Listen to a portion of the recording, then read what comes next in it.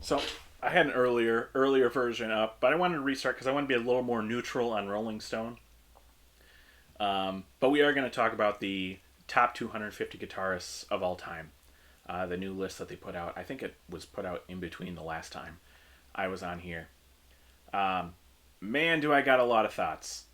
I will start by saying, and I'll go over and show the list in a second, but just giving my big disclaimer. Again, I'm not a big guitarist. I'm somebody who's, on and off played guitar since my teenage years. In fact, we'll talk about it later, but I have this old issue of Guitar. It's Guitar World, right? Guitar World that I held on to with Jimi Hendrix, who is the top person on the list. I think an individual who definitely deserves anyone's top 250 guitarist lists. I don't think anybody would have a problem with Hendrix being the number one, based on his influence on the instrument, based on his music, really the legacy of. In fact, when I tried to do guitar lessons at a well-known guitar chain, and uh, someone showed me a or like the instructor showed me a shape. I think it was for a 7 sharp 9 chord, and he called it a Hendrix chord. I think that's yeah. I believe that's what it is. Um, and yeah, I mean, there's no talk of the guitar without Hendrix. That association is very strong. The number two person on the list is a quagmire in itself. Uh, Yikes! If you know the history of this individual, um, it is also a lot of the context is not mentioned at all. Yeah, I again with any list like this, a lot of it goes into the type of music you like. Who was involved in doing the criteria. Rolling Stone, for example, has its own reader base. Being a magazine first, I'm sure its reader base is very fond of a certain period of music that younger individuals or even older individuals, um, for their own preference list is very different. You can definitely tell who is valued here. Um, Another thing that I find interesting is with a lot of the top of the list has individuals who are still alive, and the legacy of musicians as they pass away is an important thing to consider. Again, all the names near the top I think are names that people would recognize and would put in the top of the list. I think the biggest problem, especially for genre, is some important missing names. Um, I think I think just logically that the top individuals that people generally consider for like a genre. Again, I think part of the problem here is to do these type of lists, you really gotta separate them out by genre in some way, because jazz, for example, I, you know, to be as diplomatic as possible, what it takes to play jazz guitar, especially be like, a individual act or be known as one of the best jazz guitar players, is very, very different than, leading other genres of music. Maybe I'll go into this more. Jazz in particular requires so much more of yourself in the music. And that's not to say like, oh, it's not your own expression. Jazz in particular, the form is improvisation that you're required, that in itself kind of reveals what you find important, right? Like to the point of playing the same song over a period of time can reveal different aspects of how you're feeling. That's why I like the music, and it requires a lot out of you. Jazz also requires, it's just kind of given that it's like, oh yeah, you write your own intros and outros, especially for guitar players or piano players.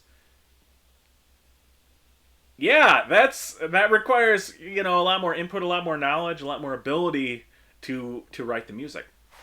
So this is all to say jazz is a very technical music to play. I don't think anybody is in disagreement of that. No, the list here does give some things that they were looking for, and in particular, is they say technical skill is not something they prioritized.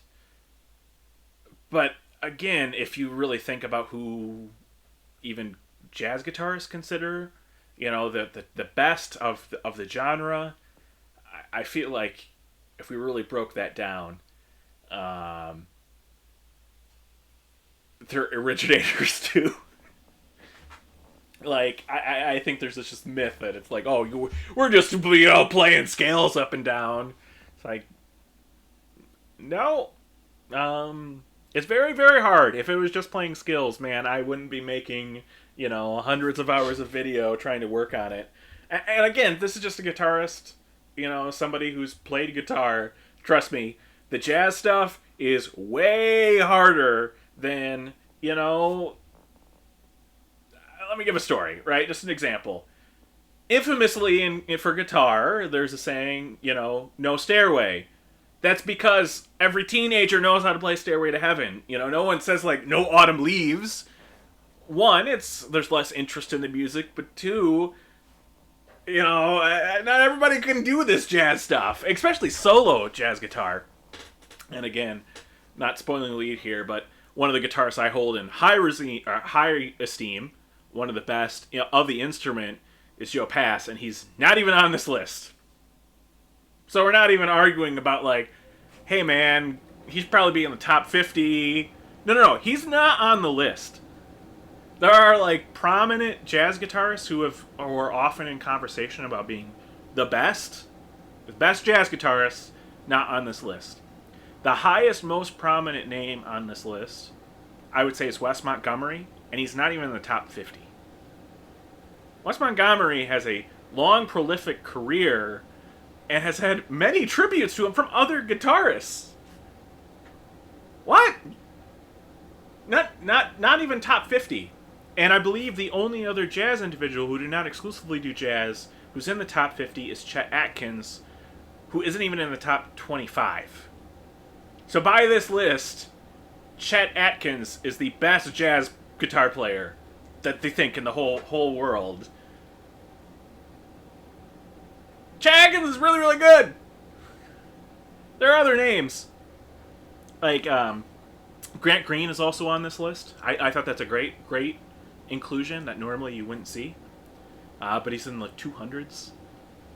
And oh boy, if you understand the history, there are some interesting names in the 200s.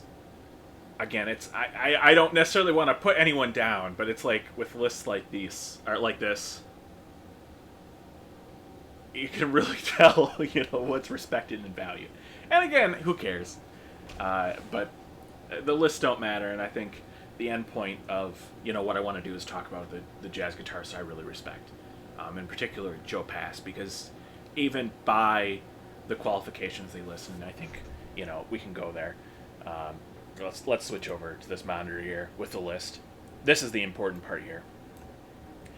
In making the list, we tended to value heaviness over tastiness, feel over polish, invention over refinement, risk takers and originators more than technicians. We also tended to give an edge to artists who channeled whatever gifts God gave them into great songs and game-changing albums, not just impressive playing. Okay, maybe for some reason, this doesn't include jazz guitarists, but again, Wes Montgomery's on this list, so it's not some... I don't necessarily think Wes Montgomery is the most, like, the number one technical player. I would probably give that to someone like Joe Pass, just based on the body of work. I'm sure if we think about it, we could come up with good names. But, okay. So, as I said, number one on this list is, of course, Jimi Hendrix. And there is number two, which, again, yikes, if you really think about it and understand the history. Yeah. Anyways, Jimi Hendrix, great guitarist. I think everybody wouldn't have any problem with him being number one on this list, even with all the discussion I was talking about before. Just on influence, legacy with the instrument. When people think of guitar, they think of Jimi Hendrix. Okay, so we're starting good, and then it just gets really bad. Chuck Berry. So let's start with the nice stuff. that in terms of history, in terms of rock and roll music, I don't think anyone disagrees that Chuck Berry had a big deal to do with popularizing the music, uh, creating an image that marketed the music, that made it become more popular. And this is where I gotta just state the obvious that Chuck Berry wrote a lot of songs about high school, and um, with that comes an age group, minors. And Chuck Berry's history with minors is not great. So, again, switching over to the Wikipedia and trying to be um, as neutral as possible, that you can read these sentences for yourself. Um, Again, a very complicated history, but yikes, given again, the songs he has. He has a song called "Sweet Little 16." There's also a section here that none of this is included is not great, especially if we're talking about legacy of the instrument. So let's talk about his guitar playing and the innovation involved there. Um, Again, I'm just speaking of myself here, but nobody really tries to play like Chuck Berry anymore. Like, from what I remember when I was learning the guitar, usually they give some example of like double stops. You've got a lot of stuff like this where it's just sliding up. You know, choose some double stop, but a lot of Chuck Berry's playing is just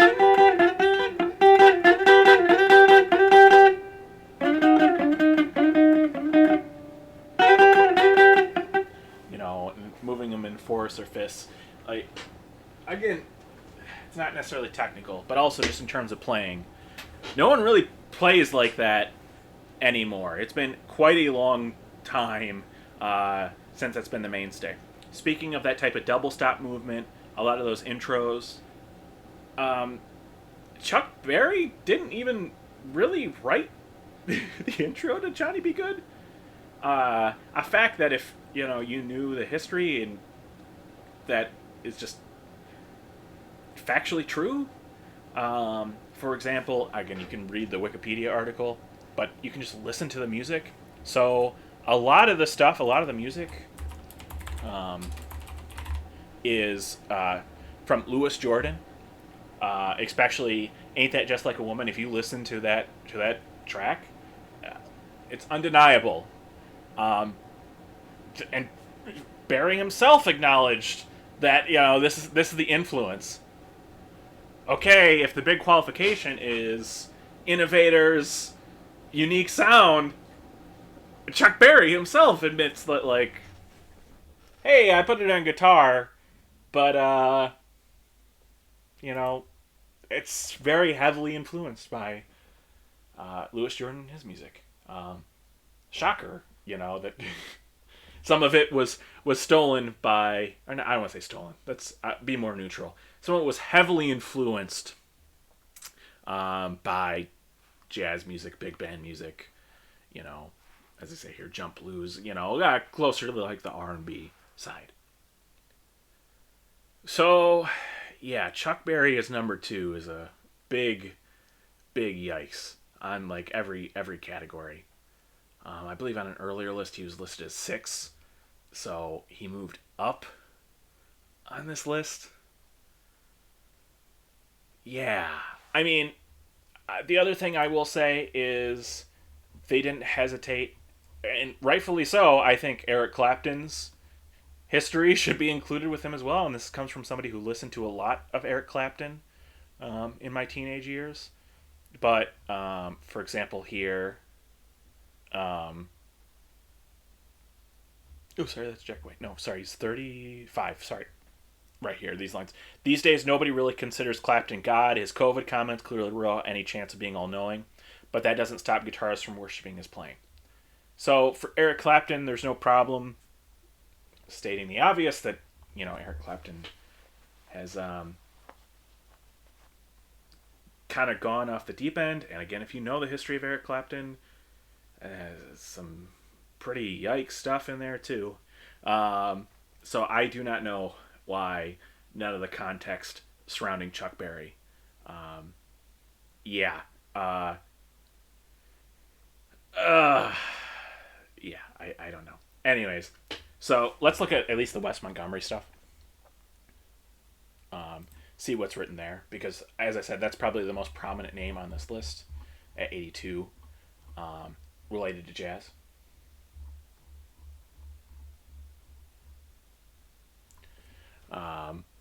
Yeah, I like that they list this too, especially if you talk with guitarists. They don't mention Randy Rhoads. Also, I believe had a at least a tribute track to Wes Montgomery. Wes Montgomery has a big influence on the instrument, not just the genre, especially with the history of jazz itself. You know, the guitar used to kind of be like a background instrument. It was part of the rhythm section. You know, you really wouldn't. As far as I know, there weren't a ton of bands led by guitarists, for example. Wes Montgomery, though, granted in I believe in the '60s, also got a lot of mainstream success. So yeah, I'm glad Wes is on this list. I think he should be higher. But as I said, there's some pretty big jazz names not included on this list. Some names that I'll list. The saddest I think that I didn't see was Pat Martino, held in high regard. In fact, I think after I do this, I'm going to talk about one of the ideas that I learned from one of his teachings, using augmented triads on guitar as a way to construct chords.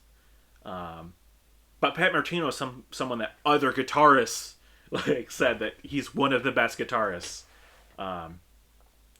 There's a very infamous clip of George Benson, for example. George Benson also not included on this list.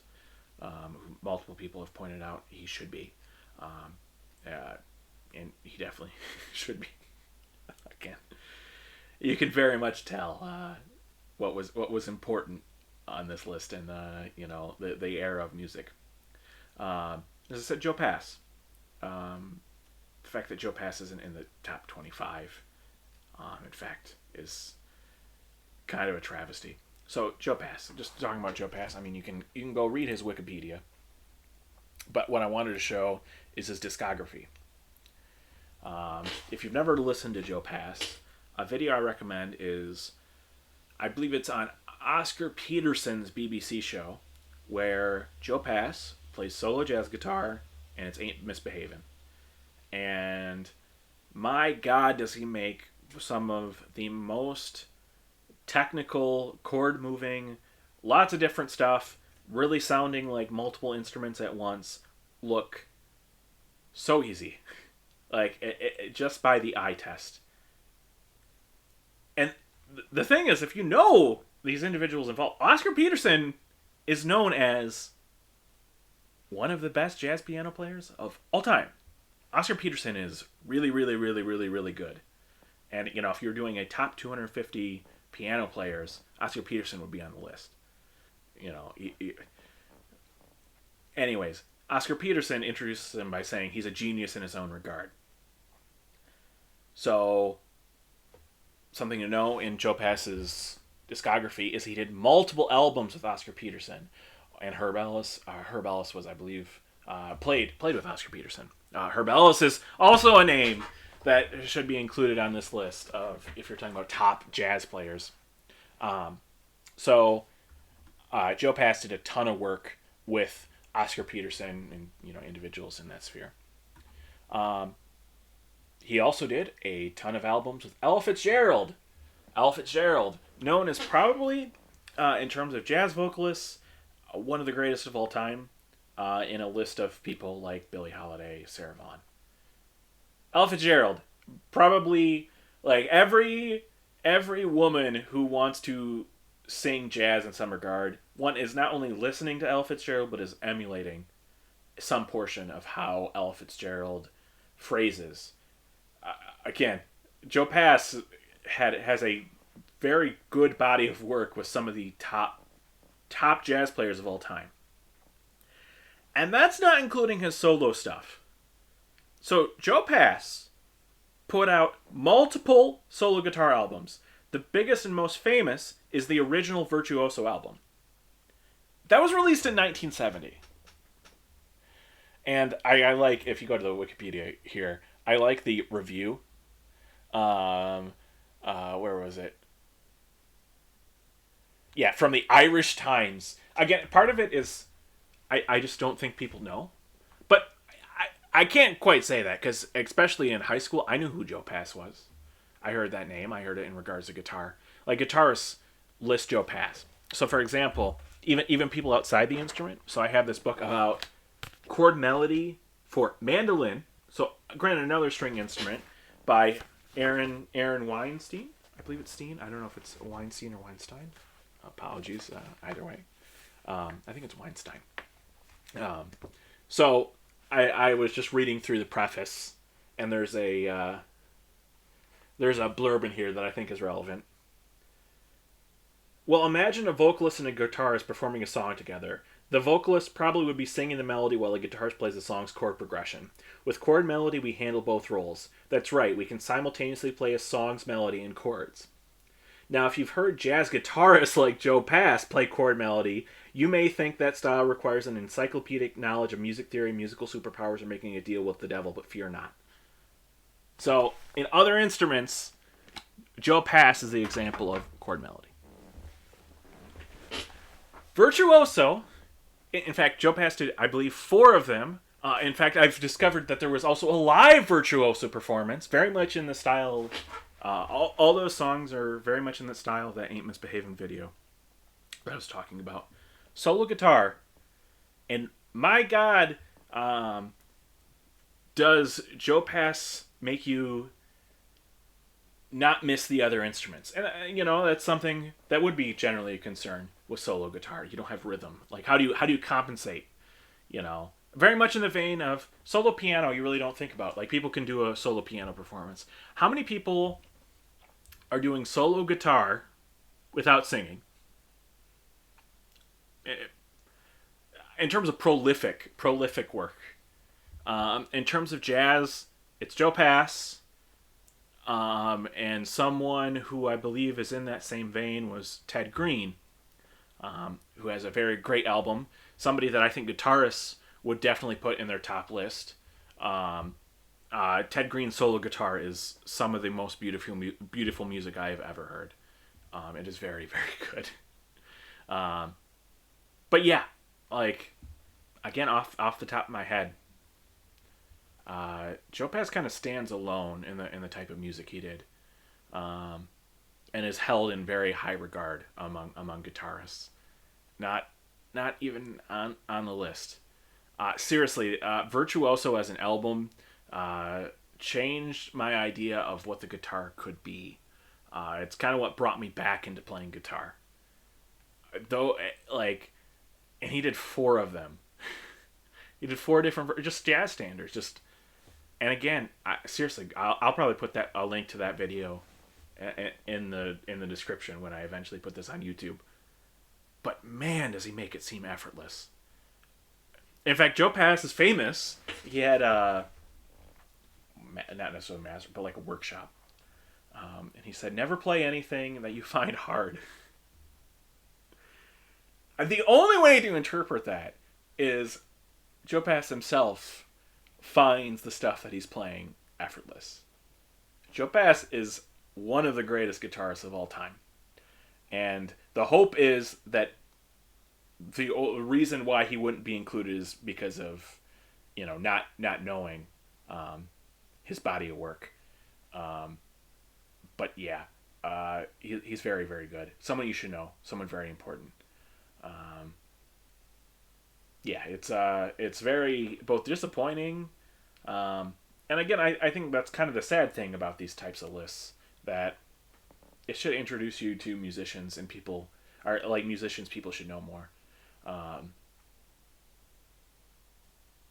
Yeah, and if we're talking about originality, pushing the limits of the guitar, Joe Pass is definitely in the top of that list. Anyways, also, while we're on the subject, something I found interesting is they listed, if you go back to here, that they listed bossa nova as a category. Joe Beam is not on this list, as far as I know. I don't think he is, but I didn't find him. So the father of bossa nova is not on the list, but Paul McCartney is. Guitar isn't even Paul McCartney's main instrument. Yeah, I don't know. I mean, again, I think the best way to take that is just general ignorance on what's out there. And my advice to you through all of this is to, branch out and listen to some of this music, because there is more beyond uh, classic rock guitarists. And the this list includes a lot of individuals who normally would not be included in these lists. I think that's very good. But it's very strange that some of the individuals who are, one, like Joe Beam, are pioneers of the genre of music, and individuals like Joe Pass, who I consider one of the greatest guitarists of all time, is not even on the list. Yeah. So the other thing I wanted to do is talk about Pat Martino. Pat Martino is also very much in the list of an individual that other jazz guitarists list as one of the greatest. So what I wanted to show, just because it's interesting, it's a good warm up, it's something to know, is something I picked up that he teaches with augmented triads. So the way that he, and again, I will say for jazz guitar, that man, the world has changed so much since I was a teenager. The amount of resources, the amount of video. I mean, I was talking about Ted Green. The fact that that man recorded so much of his stuff and it's now just freely available for anybody to watch is a miracle. And he, as I said, he only has, as far as I know, one actual studio produced album. But man, you listen to his playing. That's all because it's recorded. It's a very similar thing with Barry Harris. We should be very grateful of what was recorded of all those clinics he did. For us, it's kind of like a record of what he did. And the same vein, Pat Martino. That there were recorded sessions of him talking about his ideas, and a lot of it's freely available. So the way he usually starts it is comparing it to the piano, right? What is, I think he uses a different word, but what's obvious on piano, right? Well, the white keys make a major scale, and the black keys make a pentatonic scale. So what's something analogous that we could do for guitar? The easiest thing to think of is stacking major thirds, right? Forming a major third is really easy on guitar. When it's tuned in fourths, all you have to do is one fret down. So, for example, here's E. I'm going to bring down the volume just a tiny bit. I'm going to check on my sound. So, here's an A. Forming a major third, right? C sharp, and of course, this is D right here. So, it's really simple to do, right? Stacking major thirds is, for most strings, except between the second and the third, is just moving one fret down and up a string. Right? The only thing different between the second and third, because they're tuned in thirds, is it's just keeping the same fret. Okay, so again, keeping with A, C sharp. What happens if we try and stack another third on top of it, another major third on top of it? Well, if you don't know, this forms what's called an augmented triad. Sounds kind of shocking. That's kind of what everybody knows it as. Not necessarily the most pleasant. So these are really easy to form on guitar. Well, how do we use this? What can we use this? How do we change something so easy into something that's really easy to know? Well, it turns out if you lower any of these notes down a half step, you'll form a major triad. So I'll do the most obvious one. Let's lower, because we're thinking about this in terms of A. Let's lower this down to E. You get an A major triad. Or we can just move this down a string. E, G sharp, and then B. Again, E major triad. And we can do this anywhere, right? Moving the top string, or sorry, technically the closest string to the ground, right? Where the fifth is, forms a major triad, and the root is always going to be a string down rotating. So in this example, because it's on the fourth string and there's no fretting above it, it's coming back to the sixth string. Really nice to know. So if you flip it the other way, that goes, I'm going to try it, as I said. This is G sharp. If we bring it down a half step, we'll form a B, right? B triad. As I move. Wait. Sorry. A C major triad. Am I right about that? Yeah, I am right about that. So this is, of course, E, G, C. Yeah, it's major. C major triad. Okay, we can do one more thing. We can bring down this note on the sixth string, down a half step. Oops. We form a G sharp major triad. Now it turns out, if instead you want to move the other way, so if you go like this, and you move one fret up, you form the relative minor. So it's the minor on the sixth. So, as I said, this forms a, let's do the easy one. In fact, let's move it to C. Oh no, that's D. Let's move to C, right? This is a C major chord. So we got C, E, G. What's the relative minor of C? Right here, C major. Relative minor is, of course, A minor. Actually, no, it's this way. It's up here. I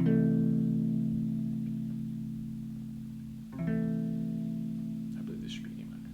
I could be wrong. Anyways, you form the relative minor. I don't use that as much, hence why I don't necessarily know it. But the good news is if you know this C, E, G, you already form a major third. Well, how do we get a minor chord from a major chord? Because we know this is the root. We just move the third down. So C minor. Really nice to know. What's other things we can do? Let's say instead, if we wanted a normal major triad, we want to turn this to a sixth chord. Well, the fifth we know is right here, based on the relationships, right? So if you know the root, how do you know which one's which? Which one's the third? Which one's the fifth? Well, the third will always be in a major third relationship. And then the fifth has a minor third between the third. Or, if you think of this another way, and it's in an inversion. So, let's move up to A again.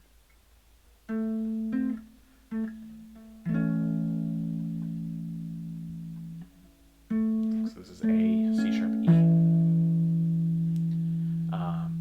The fifth will always be either on the same fret, right? So looking up from the fifth to the root, it forms a fourth, hence why it's on the same fret, because it's tuning fourths.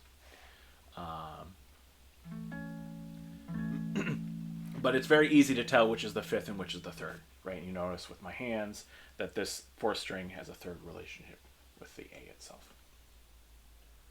So that's kind of one step on this journey. We have different ways, and going back to this C. Well, we have 3-note chords, and we know exactly what they are. And we can adjust them, as I said. We can turn this into a sixth chord. We can turn this into a minor chord. Really simply, right? Just with simple adjustments, moving a fret up or down. Well, because these are three string chords, it turns out moving up three strings on the guitar is really easy. And this is where you should know the octaves. So let's just have a quick digression. So let's start with what's obvious with octaves. Let's just take some note here. I believe that's B. If you want to look for the octave two strings up, and this is when we got to think about the string that's tuned in thirds. If you don't go through it, the octave is always going to be 2 frets up, 2 strings up. All right, so I want the 7th fret and the 9th fret on the 4th string. Let's move up 2 strings. The octave is then going to be 3 frets up, because again, you got to adjust for the string tuned in the third, and that's just a general rule. You go through it, you got to move 1 fret up. You go down the other way, usually you move one fret to the left. So that's what I call like the 2 strings away octave rules. That it's 2 frets up or 3 frets up, moving to the right. What's the 3 string, or it's called 4? It's depending on which direction you want to think about it. But if we need to go between 4 strings, so for example the 3rd and the 6th string, it turns out that the octave, if we're not going through that string that's tuned in the 3rd, it's always 3 frets back, so that's the same octave.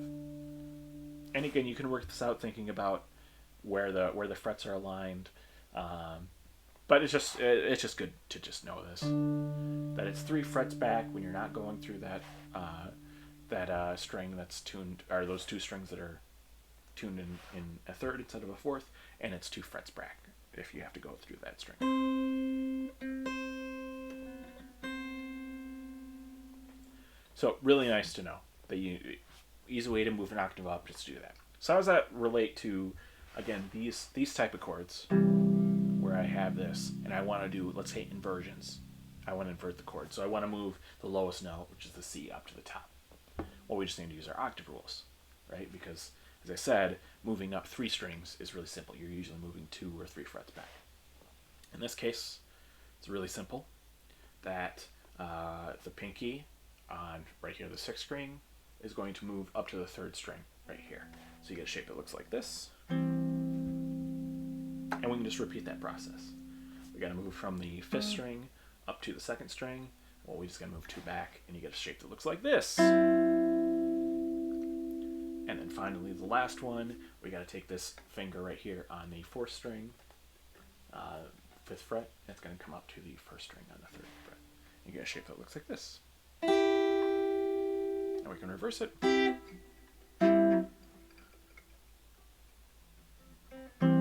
my hands allow me. So, and this creates a good warm-up doing that type of octave movement up and down. So you can do all the inversions of the C major chord.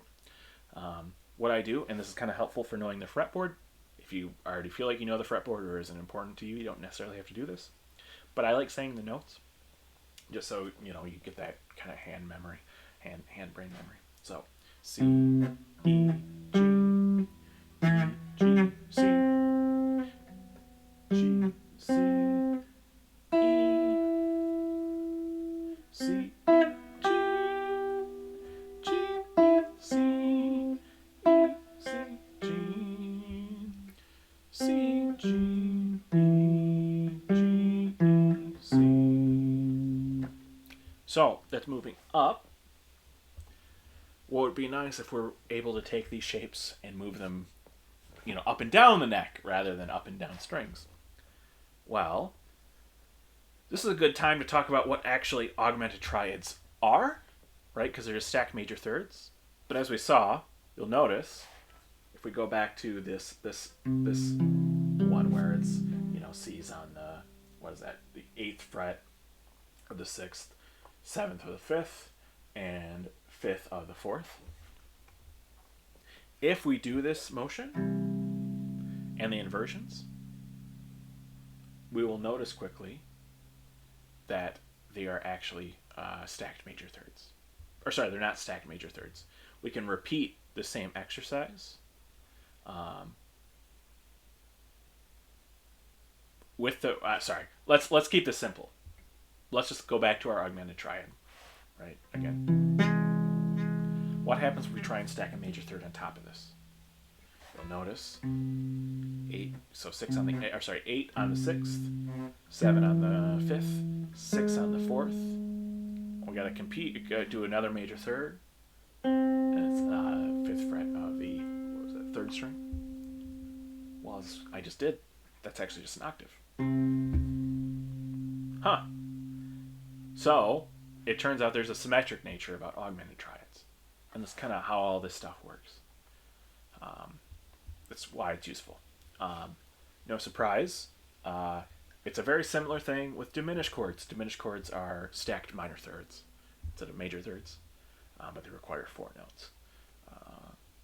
You can do very similar things, and it turns out that the rules for them are even easier. And I'll probably go into that later, but it's very easy to convert diminished chords, right, including the 6th. So the 1st, minor 3rd, minor 5th, and then technically it's the diminished 7th or the 6th. It turns out that it's the same idea, that if you try and stack a minor third on top of the top minor third, then it comes back to the octave. So it turns out augmented triads, you can choose any of the notes in it, and they are the same.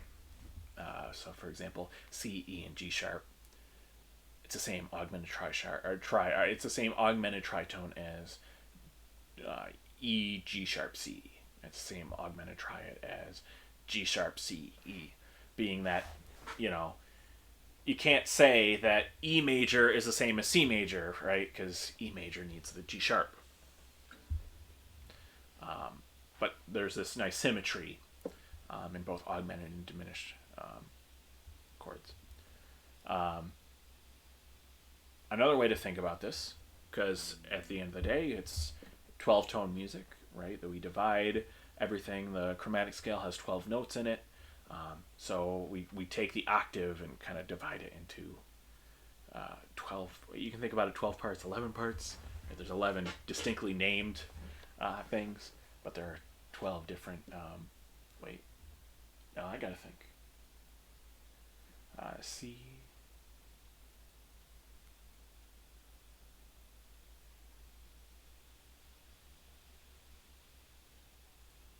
No. There are 12. There are 12 different notes. I'm pretty sure. I could be wrong about that.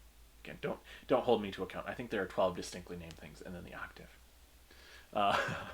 Yeah, I'm pretty sure. So you're dividing it that way. So it's how are all the ways we can divide 12 is kind of the punchline I'm getting here.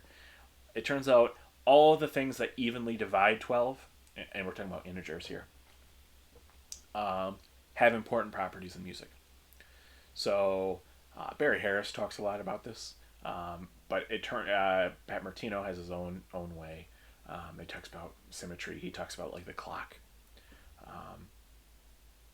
But I'll just go through them, right? What's the thing that goes into 12 one times? Chromatic scale. What's the thing that goes into 12 notes 2 times? Well, there are 2 whole note scales. Whole tone scales. What goes in 3? There are 3 diminished chords. Right? And you can figure that out. They have 4 notes. They go 3 times. What are there 4 of? There are 4 augmented triads. What are there 6 of? There are 6 pairs of tritones. And then there's 12. 12 are the individual notes. Yay! Turns out these nice symmetrical relationships are super important. So, back to the original idea of using these augmented chords, or augmented triads, to make them more general. Because hypothetically, you could put a 7th or a 6th on it. Anyways, you could put more notes in an augmented chord.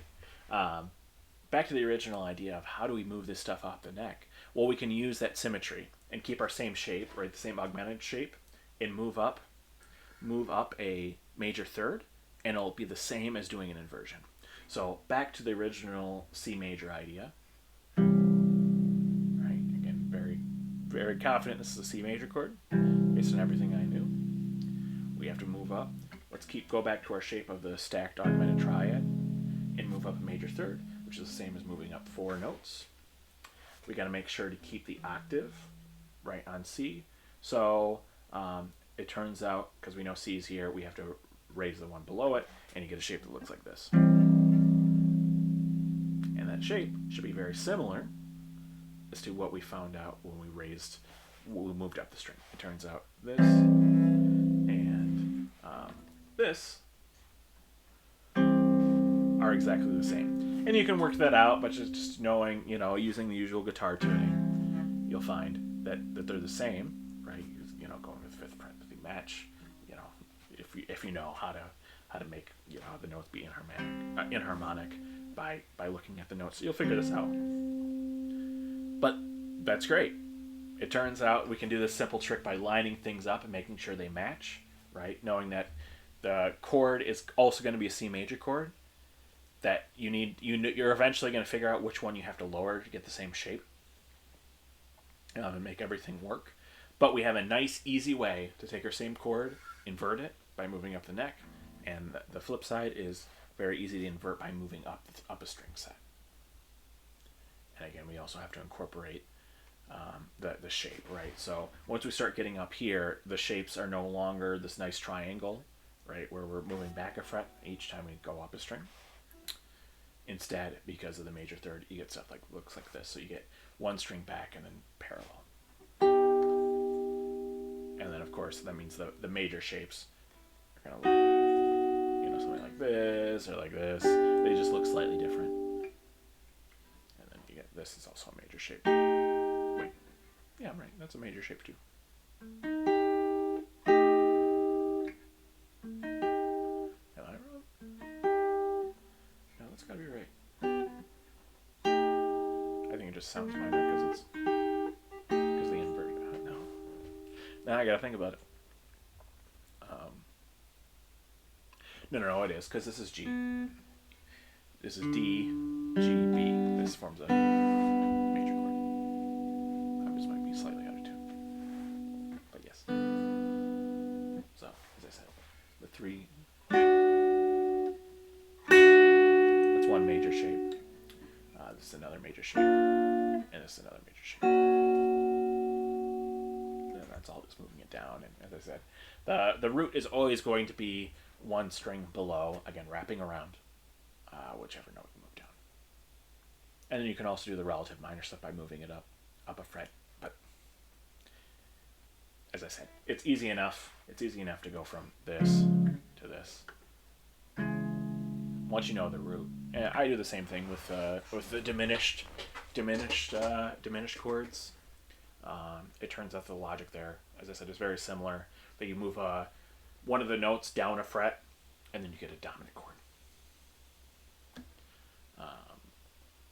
And then once you know the root is always going to be the note that you move down. And again, I'll talk more about this later. But once you know the root, it's very easy to look at your string relationships and know which is which. That's always something. The reason why I like this type of system is the hardest thing with chords is you know a shape, but if you don't know the roots, it's very hard to manipulate them in easy ways, right?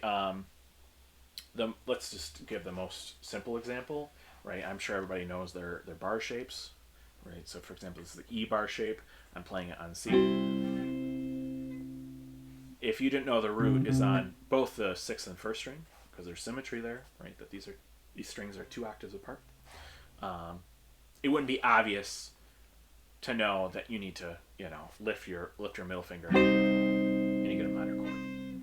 Unlike this, where it's really obvious because you know the root, as we did it, is on the sixth string that's here. And taking it to its logical extreme, you can form a diminished triad by moving the fifth down too. You can do other extreme stuff. Like, let's say you wanted to keep this as a major chord, but you wanted to include like the major seventh. Well, just move your root down. And you can come up with really creative ways to do this. The nice thing about doing all of this is you can turn this in either to a practice routine or the fretboard knowledge that I was saying before. And you get all types of different variations. As I said, once you form, so back to the original idea, once you form your minor shape, right? Once you create the variation, inversion becomes really simple because you can do that string skipping trick that I said before. So this is Oh, that was B minor, but now it's C. This is C minor. And if you want to form the inversion of, oh, sorry, that's D minor. Man, that was D flat minor, that D minor, and I'm playing C minor. If you want to do that inversion trick that I was saying before, it's literally just moving that string up in the way that I said before. That's an inversion of C minor. C minor with E flat in the bass. And I forget. I think this is the first inversion and second inversion. I forget the technicalities. I don't think it's necessarily for communicating ideas. It's important to know the actual, what the definition of each is. But I just think about them in which order they are, or what notes on top.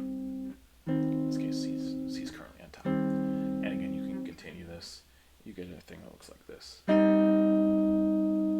Doing the inversion again, and you get something that looks like this. And this, of course, looks like the minor triple stop that I think everybody learns in various guitar books. You get this shape here. This right here is a minor third, and this is a major third. Right. And you get a lot of stuff that's confirmed with stuff you already know. So you have a nice system to essentially make any chord with very easy ways to make variations. Again, my recommendation, if you wanted to do every note,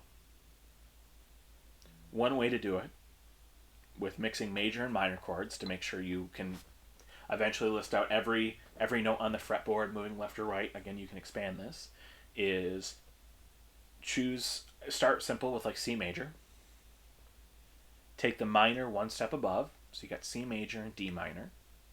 So already we got 6 of the notes, and they're all distinct, right? You got C major is C, E, and G, and D minor is D, F, and A.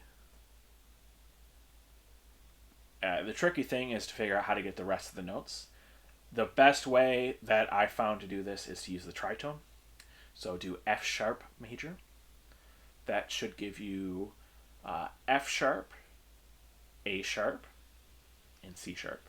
Right? Just think about F major is FAC, moved up all the half steps. So F sharp, A sharp, C sharp. And then the best thing I found to get the rest of the notes is doing the minor. Again, a whole step above. So A flat minor, which I believe should be A flat, C flat, because again it's minor, right? A minor is A, C, E. A flat minor, move everything down a half step. A flat, C flat, E flat.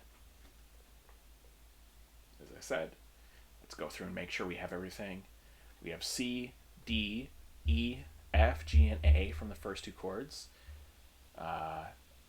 The note between C and D will be included in F sharp major. The note between D and E will be in that A flat minor. And you can see this, that it'll stack the other way. That essentially we're just doing an arrangement to do the same idea. But you get the rest of the notes, right? You'll figure it out. Yeah, I wrote this on paper. But if you do this as a procedure, right? So let's just keep it simple.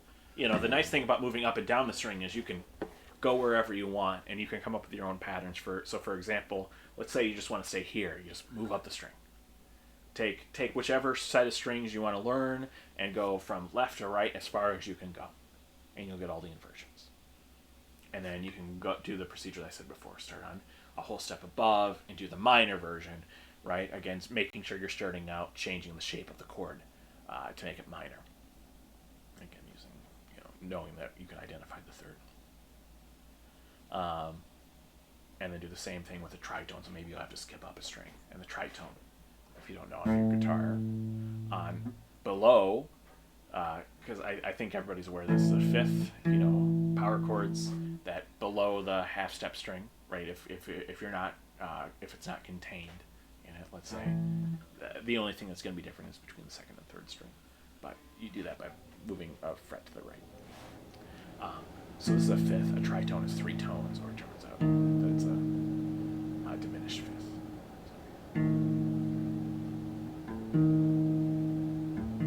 Turns out, the long story is everything in its diminished chord has certain properties, and you can do certain type of chord substitutions with them, but knowing the tritone, it's always generally going to be a fret above, unless you're on the second and third string, and it's going to be 2 frets up on the next highest string, between the second and first reverse. Again, that's just from most of the strings being tuned in fourths. And then, of course, you can think about it as the minor sixth. So that instead of being the fifth, it's going to be 3 frets up on the next highest string. And that'll get you through everything. But, again, what's nice about this is take as little or as much as you want. You can see what I'm going to eventually practice. I'll probably do it later. Maybe even in this session, I'll do it. What I think is a good idea to do is to go one up the neck, one up the string, one back from the neck. So you're moving down the inversion, and then kind of doing this S pattern where you're going this way, this way, this way. Well, this should be reversed. It's reversed on my screen, but you get the idea of. Okay, maybe you get it. This is down the neck. This is up a string. This is back. I think you see it. Anyway, so it's this movement, right? So it's up the neck, up a string, down the neck, up a string, up the neck, up a string, down the neck, up a string, up the neck, up a string, down the neck. And then you can reverse it. Down a string, up the neck, down the string, back. Right? You got this S pattern. I hope you kind of get the visualization, but because it gives you a lot of flexibility of doing these inversions, and these are the most simple triads. Literally the most valuable thing, and frankly, I think 3 notes are really easy to use and very flexible. Right? If you know this, it's very easy. For example, to add. Let's add. Since I know this, that this should be a ninth. I think, right? This is the third. Oh, that was a sharp 9. If you want a pure 9. There we go. Yeah, you have the extra finger. Very similar to shell chords, but these are very flexible. And it's a nice system. As you can tell, I like systems. I don't think jazz chords should be just taught as shapes. I don't think that's necessarily the most useful. I think you should be able to form these types of things with as little memorization as possible. And the way I get to the other shapes is, as I said, that diminished system for the more traditional jazz chords. But it's good to know that you can convert this type of triad thinking into jazz chords. Just you have to either drop one of the notes or keep the notes and do an extension instead of adding the 7th, for example. So I guess, coming back to my original idea that it is still you still have to drop one of the notes. Right?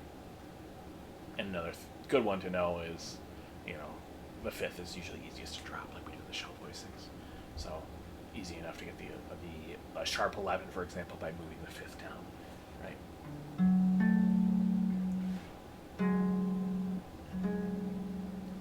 And then maybe you do want to include the 7th, so you do something like I'm trying to think of a good way to do this. You do something like this. Oops.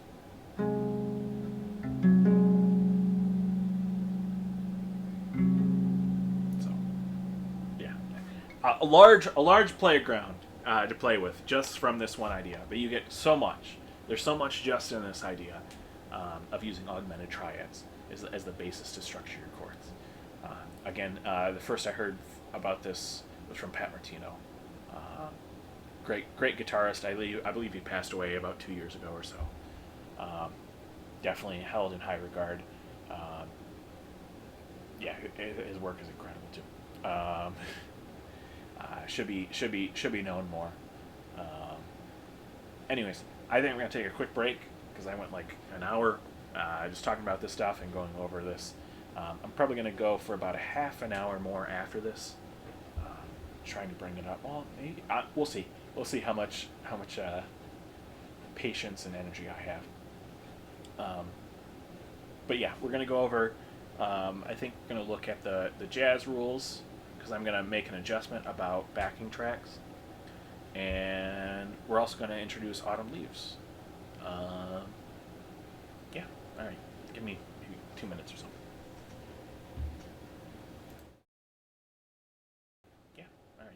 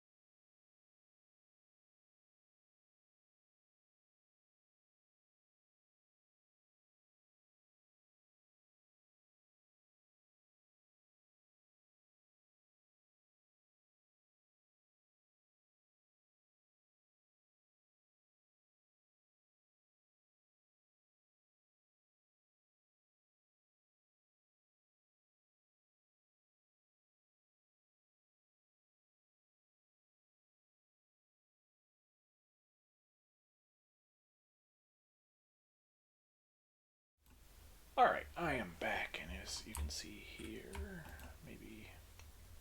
Um, so, quick few changes that we're gonna make. As I said, we're gonna probably introduce Autumn Leaves today.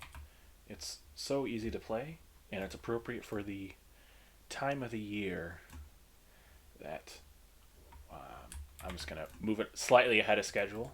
I'm hoping. Let me just. That is disappointing. There we go. And then I think we're gonna do. While we're doing this, let's move Bewitched before Opera Buff, just so we kind of go fast, slower, fast, slower, and in this case, um, we're not quite at ballad, but you get the idea. And in fact, I'm going to insert one column here. I'm going to say expected BPM, and as we did before, it could happen to you about 180, and I think I'm going to do Autumn Leaves at around 125. What we're also going to do is we're going to move it back into the key that most people play it in and play it in G minor. Real book lists it as E minor, and I think that's what I was originally recorded in. But yeah. Anyways, and as I'm sure, I feel like I'm very confident in being able to play the chord progression for It Could Happen to You. Improvisation, we'll see. One other thing that I want to do is change this rule slightly and say, because what I want to do, I actually don't think this rule is super important about backing tracks. I want to elaborate more on what I'm thinking about this. So let's call it like simple, long tone backing tracks. So I reel. Check on my phone. Real like, yeah, it's spelled like true. I real. It's yeah. What? There we go.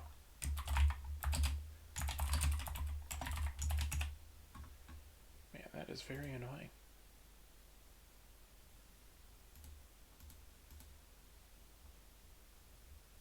Man, I hope you're enjoying the awesome. What? Okay, 3.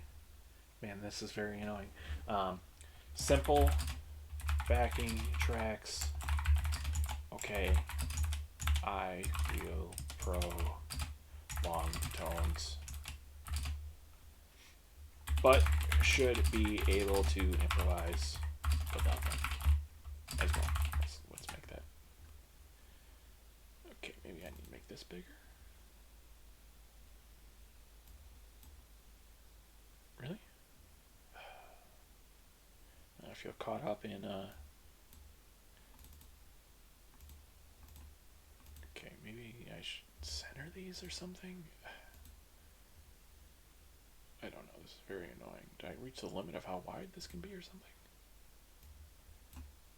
Man, I didn't think. Alright, I'll eventually get back to it. But you get the idea. Man, this is going to annoy me though. Alright, here's what we're going to do. We're going to just bring down the size of this so it fits in the cell. And then I'm eventually going to fix it later. So, I think the problem here is lack of good things to be able to just practice a ton in improvisation. And it's causing me to not necessarily lose focus, but makes it harder for me to structure the improvisation. And combined with the ability to look on my phone and see where the chords are is a nice crutch for me that, yes, eventually I want to break free from. And eventually I would like to, again, either make them my own by comping or finding some other resources where there's actual real live playing to play off of. But as I said, the end goal of this is being able to do solo guitar anyways, right? Because when eventually I'm going to be able to playing this, it's going to be my own stuff. But like, yeah, we're eventually going to get there, and there's not going to be a backing track anyways. But practicing with them is going to be very helpful, and going to be able to expedite the process. So that's the only change I say. And then you might hear we might do some iReal stuff on stream with my phone. Nothing fancy here. We'll see. I kind of want to do a offline recording session first with it to see how it sounds and get that balanced out first before I do it live. So with that, Autumn Leaves. Actually, a really simple song. I already have it written out in MuseScore. We will be playing it. Well, I will be playing it. No, you're not playing it. I will be playing an octave above this. So for full knowledge of where it's going to go, and that's pretty standard on guitar that you play an octave up. As I said, in G minor. The structure of this song is really simple. It is pretty much natural minor, except for this bar right here, with D7, where it is in fact, what would that be? I believe it's starting on the 6th. Yeah, starting on the 6th, and repeating the same pattern, but they don't quite work, right? Because this is actually the major 7th, right? This E right here. But same pattern of walking up and then going to the note that's three scale tones above, right? So let me grab my guitar, right?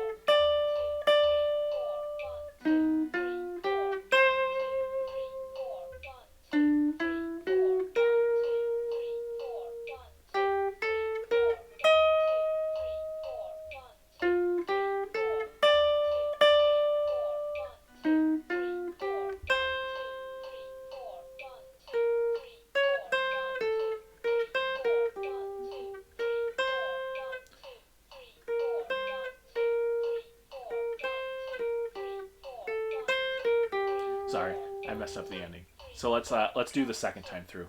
It's just let me pause this for a second. So autumn leaves. So you got the final one starting on the minor seventh. So it starts on the second. It's 2, 4, 3, 1. Okay, let's do the second time through. Starting with the pickup.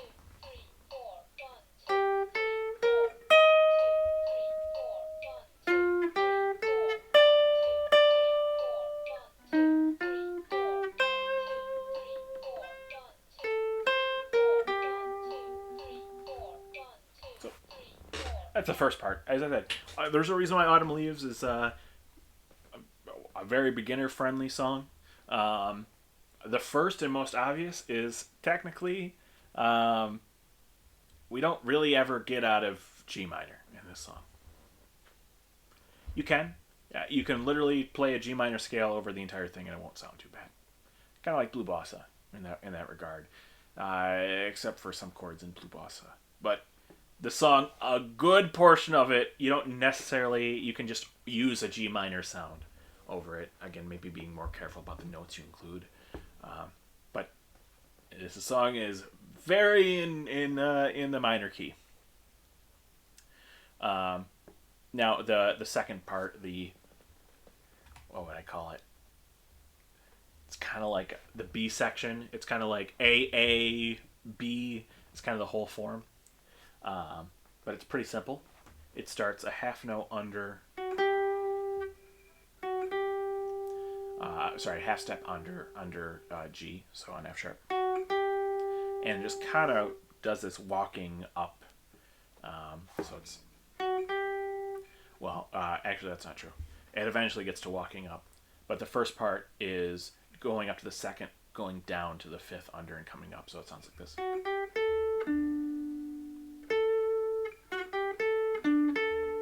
So it's major 7-1, 2, 5, 2, and then it does this kind of walking back and forth. So 2, 1, 2, 3, 2,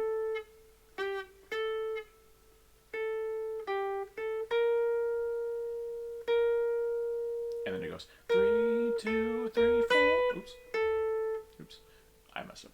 3, 2, 3, 4, and then it goes to the minor seventh and up an octave. So that sounds like this. And then walking down, in this case it'd be, I believe, C to B. But it's just a lot of scalar movement. So again, let's just work through those portions that I just said. And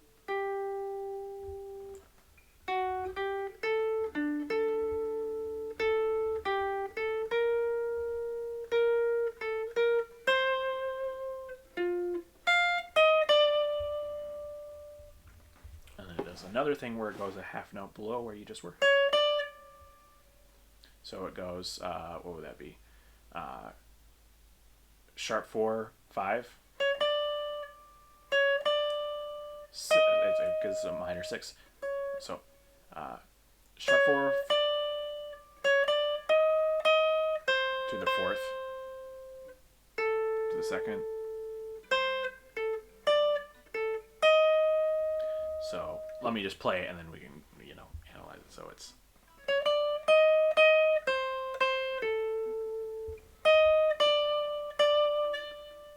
So you're just kind of walking up to the fifth.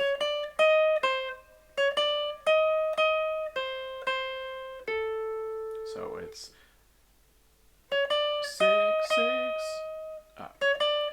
6, 4, 4, 2, 6, 5, 5.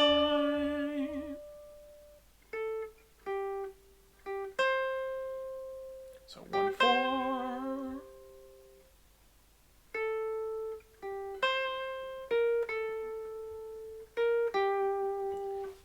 And then the ending, I believe, actually does under the fifth.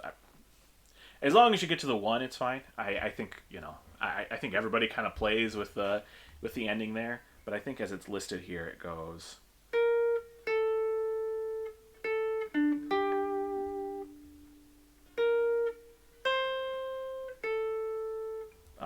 Sorry.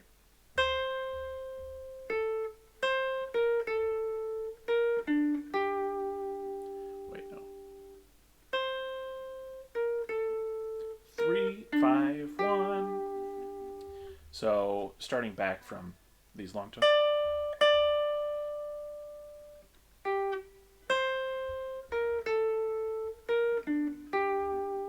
So let's just play the whole thing.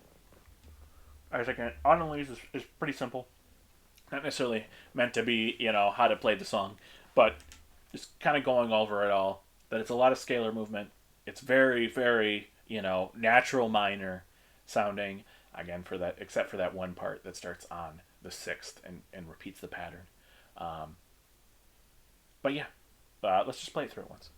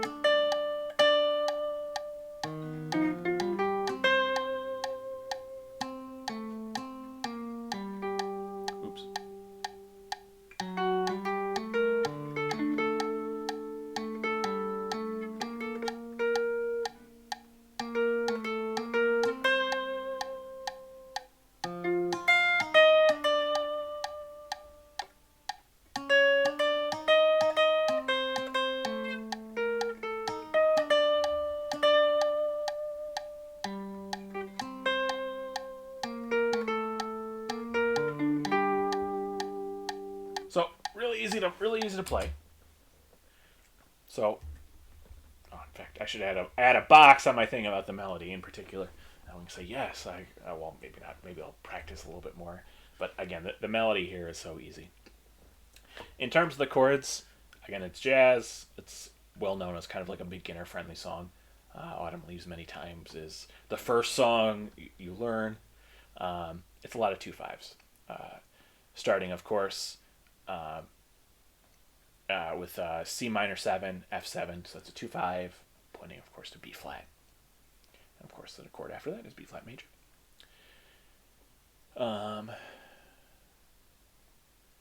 Then it goes to D flat major, and then a 2-5-1. I think my chords might be slightly wrong. I'll look into it later, but I think D flat major is correct. Then it goes to the 2-5, so the minor 2-5, of course, of G minor, and then G minor.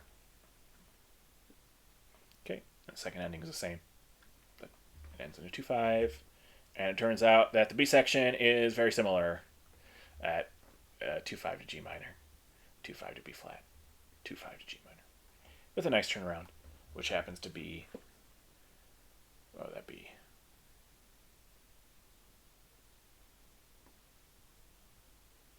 Well, this is the 2-5 pointing at E flat. Regardless, it's some turnaround. Again, pretty simple. It's all 2-5s. As I said, as long as you have some type of, G minor, and really, I feel like the easiest way to start improvising with this song is just like messing around with it.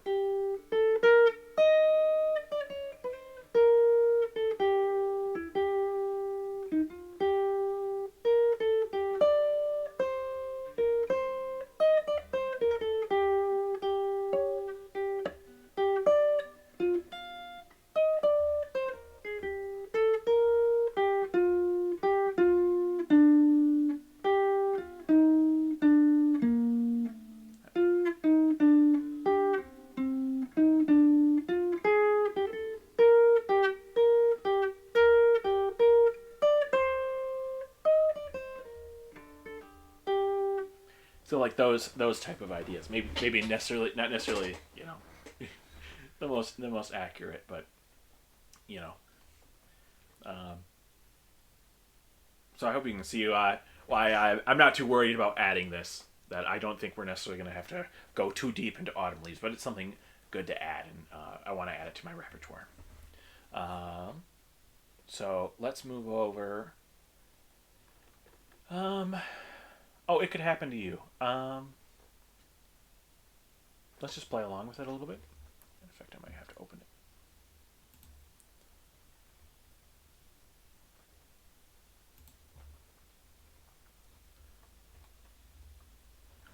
Oh, try to adjust the screen. I think what we're gonna do is I'm gonna play it through it a few times. Yeah, 120 is fine. But we're going to do what I've been doing the last few times. In fact, I might bring down the desktop audio a little bit more just because of this. We're going to do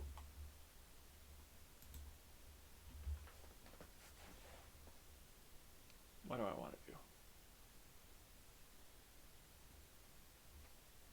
Let's do play through the melody,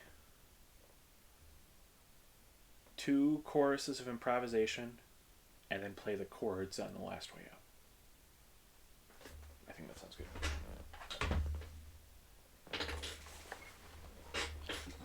And then we're going to do, as is my quasi-tradition, I think we're going to play some, form of Misty and or Blue Bossa. And then we'll call it a day.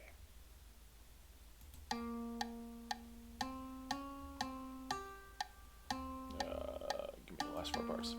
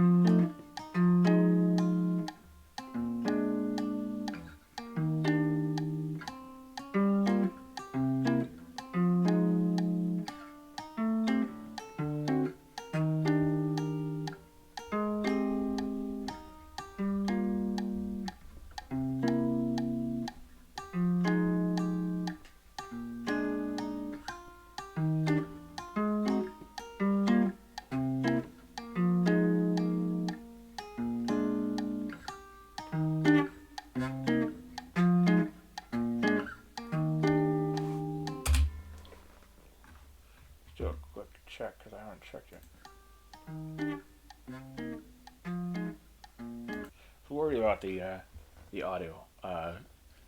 There's a slight delay between the two. Anyways, doesn't necessarily matter. I think I'm gonna take a quick break. I've been doing this for about a half an hour. And when I come back, I think we're gonna do the wrap up stuff, as I said. Maybe of doing Misty, and then maybe Blue Wasp, maybe doing back to back. What I also want to add is just some freeform, and I'll do that at the end. I'm coming back to like the Ted Green stuff. Eventually, getting to that point of doing like pure improvisation, just choosing some key and seeing what I can do in it, and being able to add bass lines and stuff under it. That's another goal I have. So I'm going to start adding that as something that I want to do during these streams. Yeah. Anyways, I'll be right back.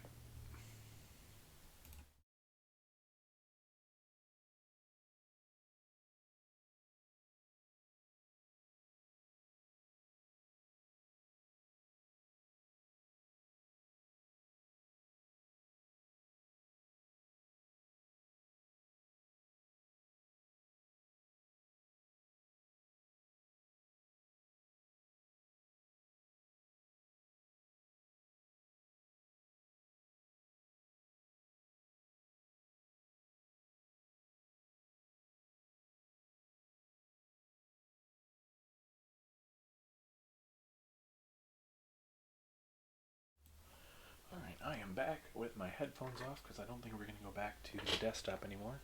I kind of want to hear myself. And oh my god, apparently just taking full video. My computer fan just went off. Anyways, we'll see. We'll see how loud it is on the recording. Anyways, general goal, Misty, Blue Bossa. Grabbing my pick real quick.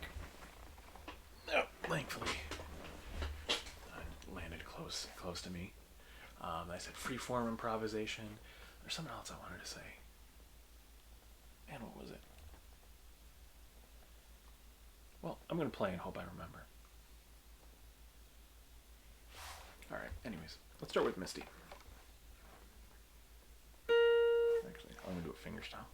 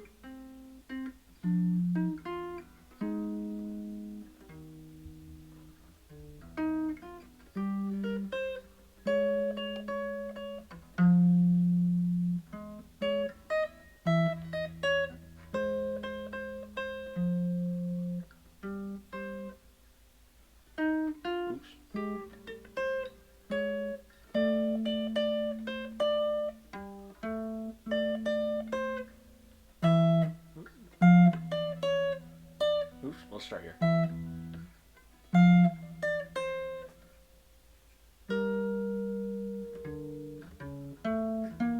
Oops.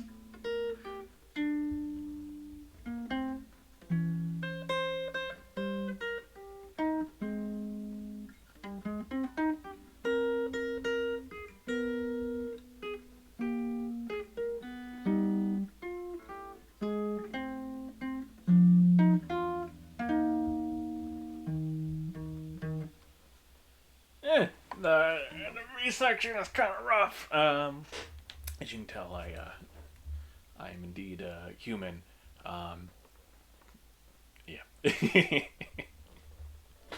Yes. If the mediocre guitar playing did not give it away, I cannot play my own simple arrangement perfectly. I haven't practiced it a little bit either. As I said, I feel like I got the first section pretty well down. I can play that pretty well. What I kind of work on with that is having the top voice a little bit louder. I feel like the bass is a little too loud. It's a little distracting, but working more on that finger independence. Let's do Blue Bossa real quick. and I remember what I want to talk about, but I feel like I can save it until after I play Little Blue Boss.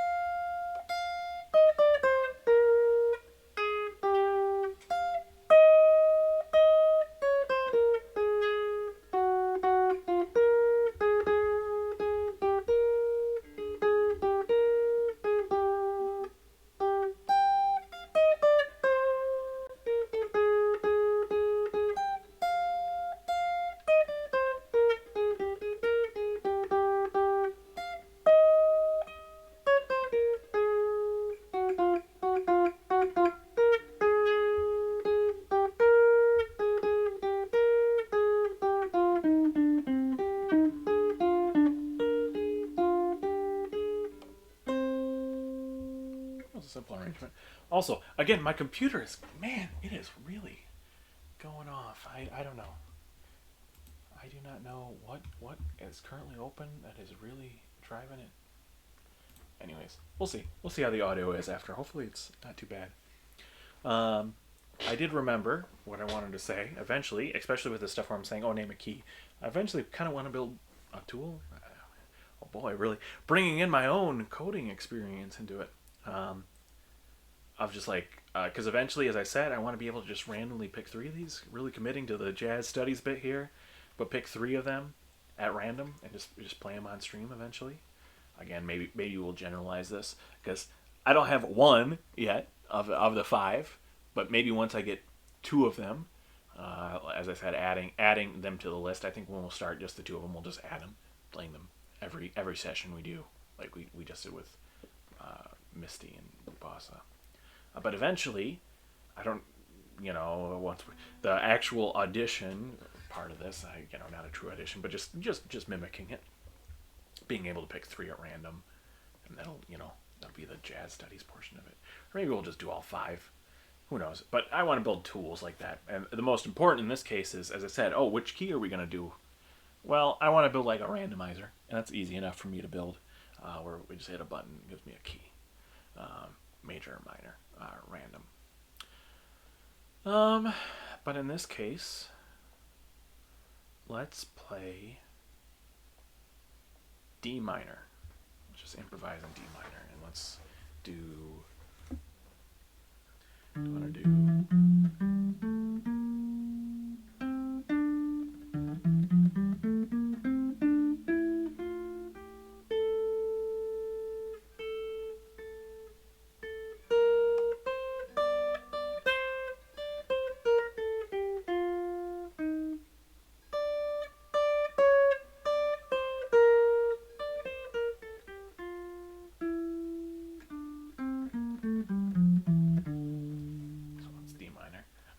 natural minor, you know, not really getting into modes, you can kind of go between all of them. Let's play around with some D minor stuff.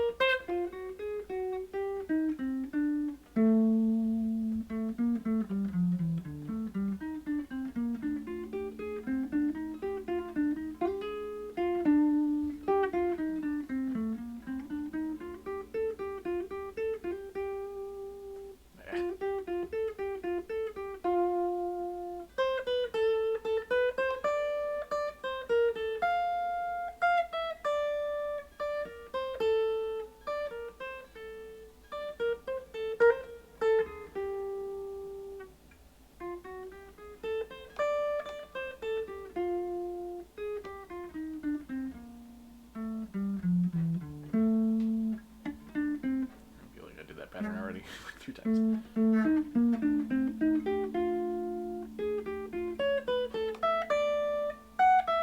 Now I'm going to major.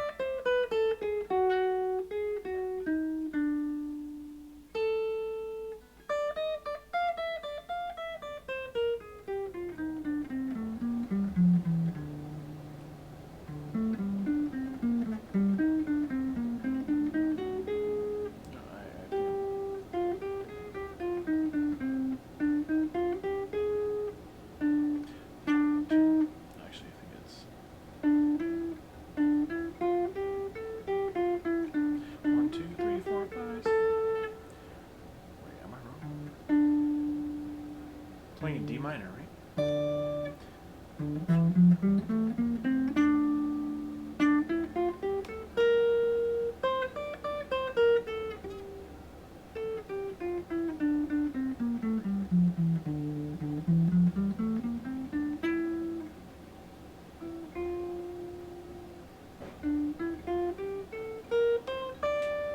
There we go.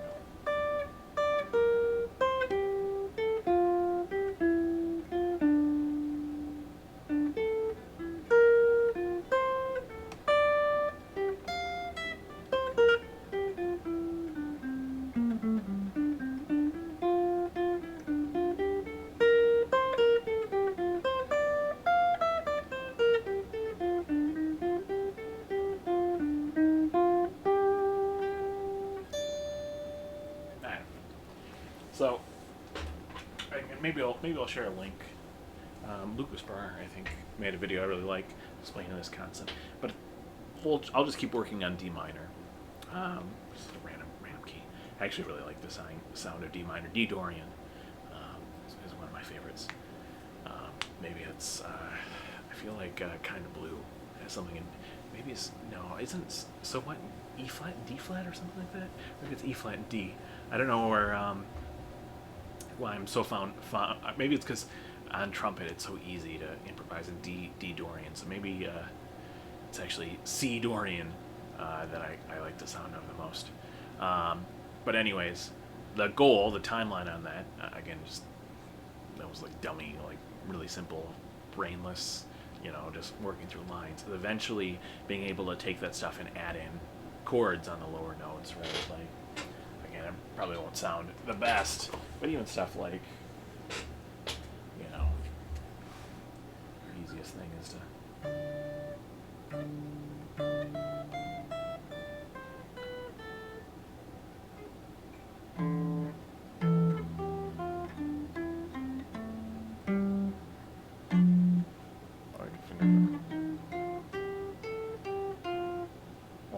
idea is you want to hold the bass note, so like.